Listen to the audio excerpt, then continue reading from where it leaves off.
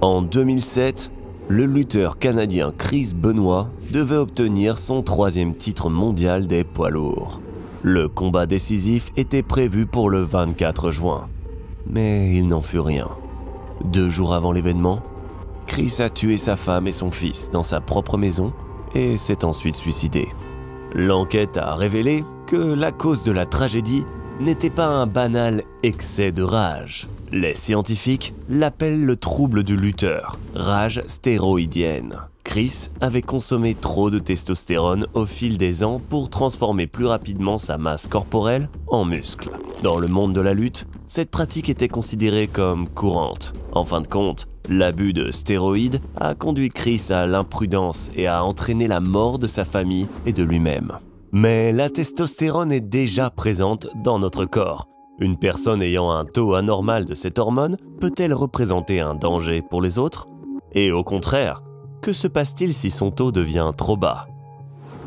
Nous allons maintenant parler non seulement de la testostérone, mais aussi d'autres hormones et neurotransmetteurs qui modifient radicalement le fonctionnement de l'organisme et peuvent faire de vous une personne complètement différente.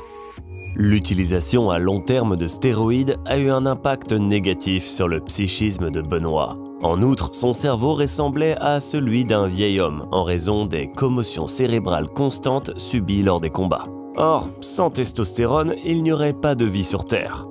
C'est cette hormone qui est responsable du désir sexuel, qui donne de l'énergie et qui permet de développer les muscles. Les femmes produisent également de la testostérone, mais en quantité beaucoup plus faible. Si vous pensiez qu'en augmentant artificiellement la quantité de cette hormone, vous seriez capable de séduire toutes les filles autour de vous, vous vous trompez. Si vous multipliez par 3 votre taux de testostérone, vous deviendrez irritable et perdrez peut-être le contrôle de vos émotions. Vous prendriez beaucoup de poids et si vous ne faites pas d'exercice, vous deviendriez obèse. Un autre danger est le manque de testostérone. En cas d'utilisation prolongée de stéroïdes, le corps s'habitue à l'hormone artificielle et cesse de la produire naturellement. Les hommes qui ont brusquement cessé de prendre des stéroïdes présentent un rétrécissement des organes génitaux, une croissance des seins, une diminution de l'attirance pour les femmes, une faiblesse musculaire, une calvitie et un stress constant.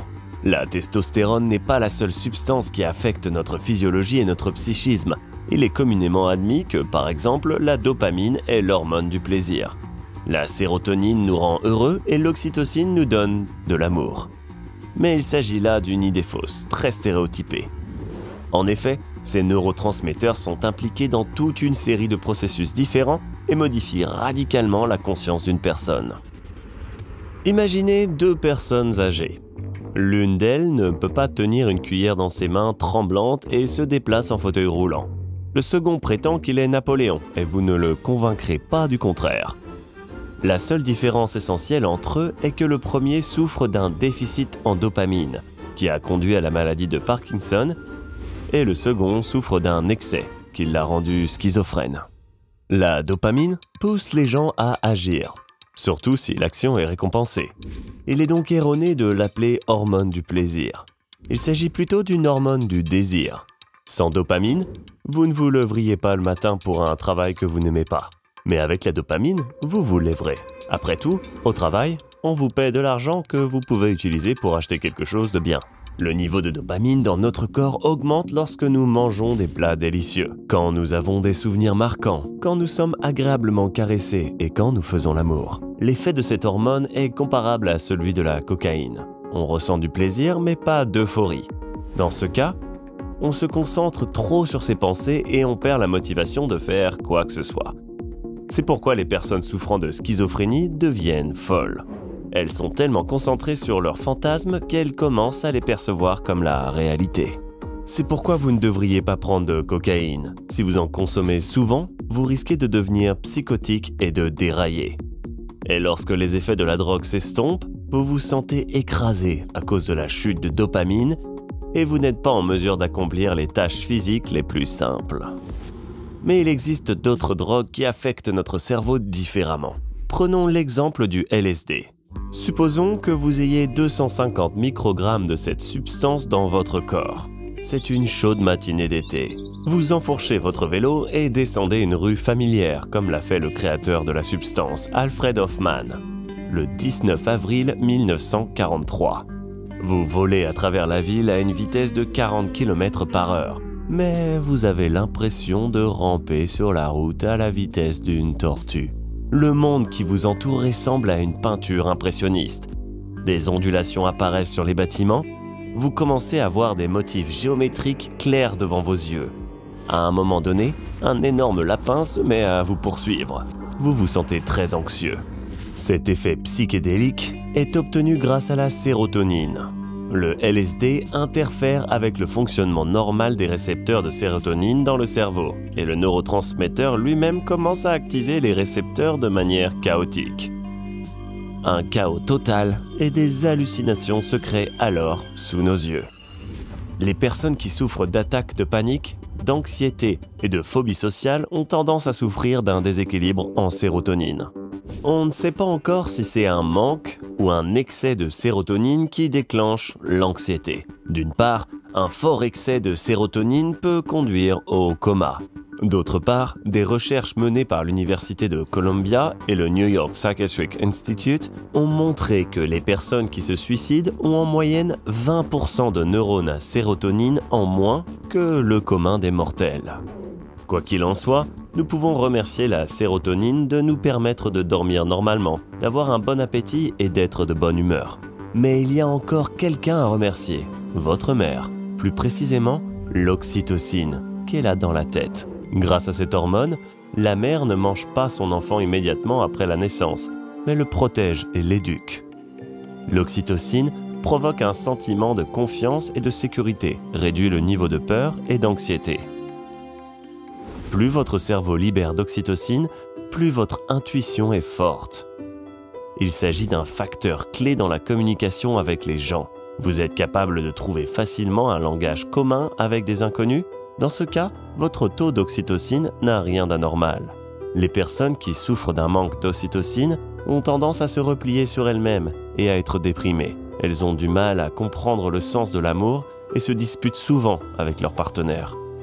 Le spectacle le plus triste est celui d'une mère prête à abandonner son propre enfant en raison d'un faible taux d'oxytocine.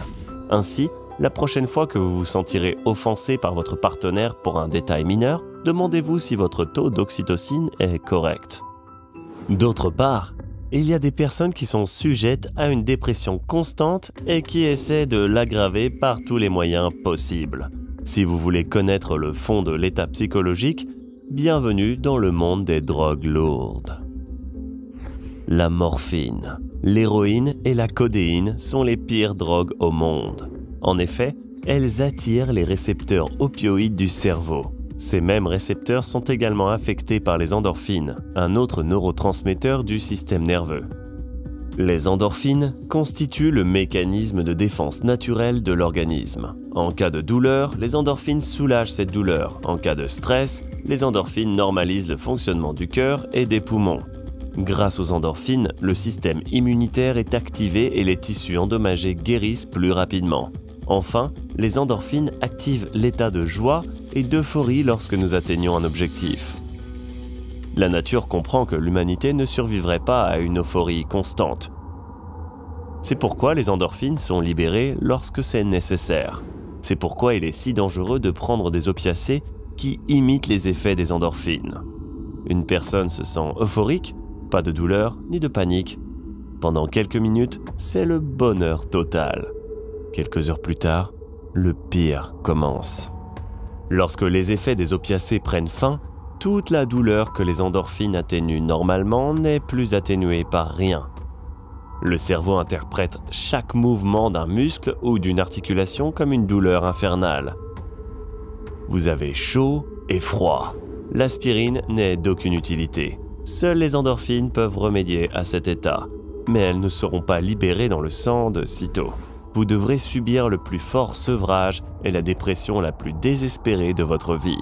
De nombreuses personnes ne le supportent pas et se précipitent pour prendre la dose suivante.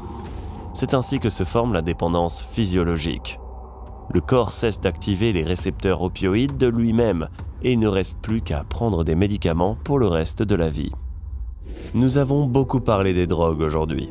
Si vous tenez à votre santé physique et psychologique, n'en consommez pas. Votre cerveau sait exactement quelle hormone libérer et à quel moment. En prenant des drogues, vous détruisez le système qui vous est inhérent par nature et vous risquez de devenir fou à l'avance. D'un point de vue matériel, votre personnalité est votre cerveau. Les connexions neuronales que vous avez formées tout au long de votre vie et les neurotransmetteurs qui affectent les récepteurs cérébraux et façonnent votre humeur, tout cela fait de vous un individu. Pensez-y la prochaine fois que vous voudrez montrer aux autres que vous êtes différent. Après tout, il n'y a pas deux personnes au monde qui aient un cerveau identique. Même les jumeaux sont différents. Faites-nous part de vos réflexions à ce sujet dans les commentaires. Et merci d'avoir regardé.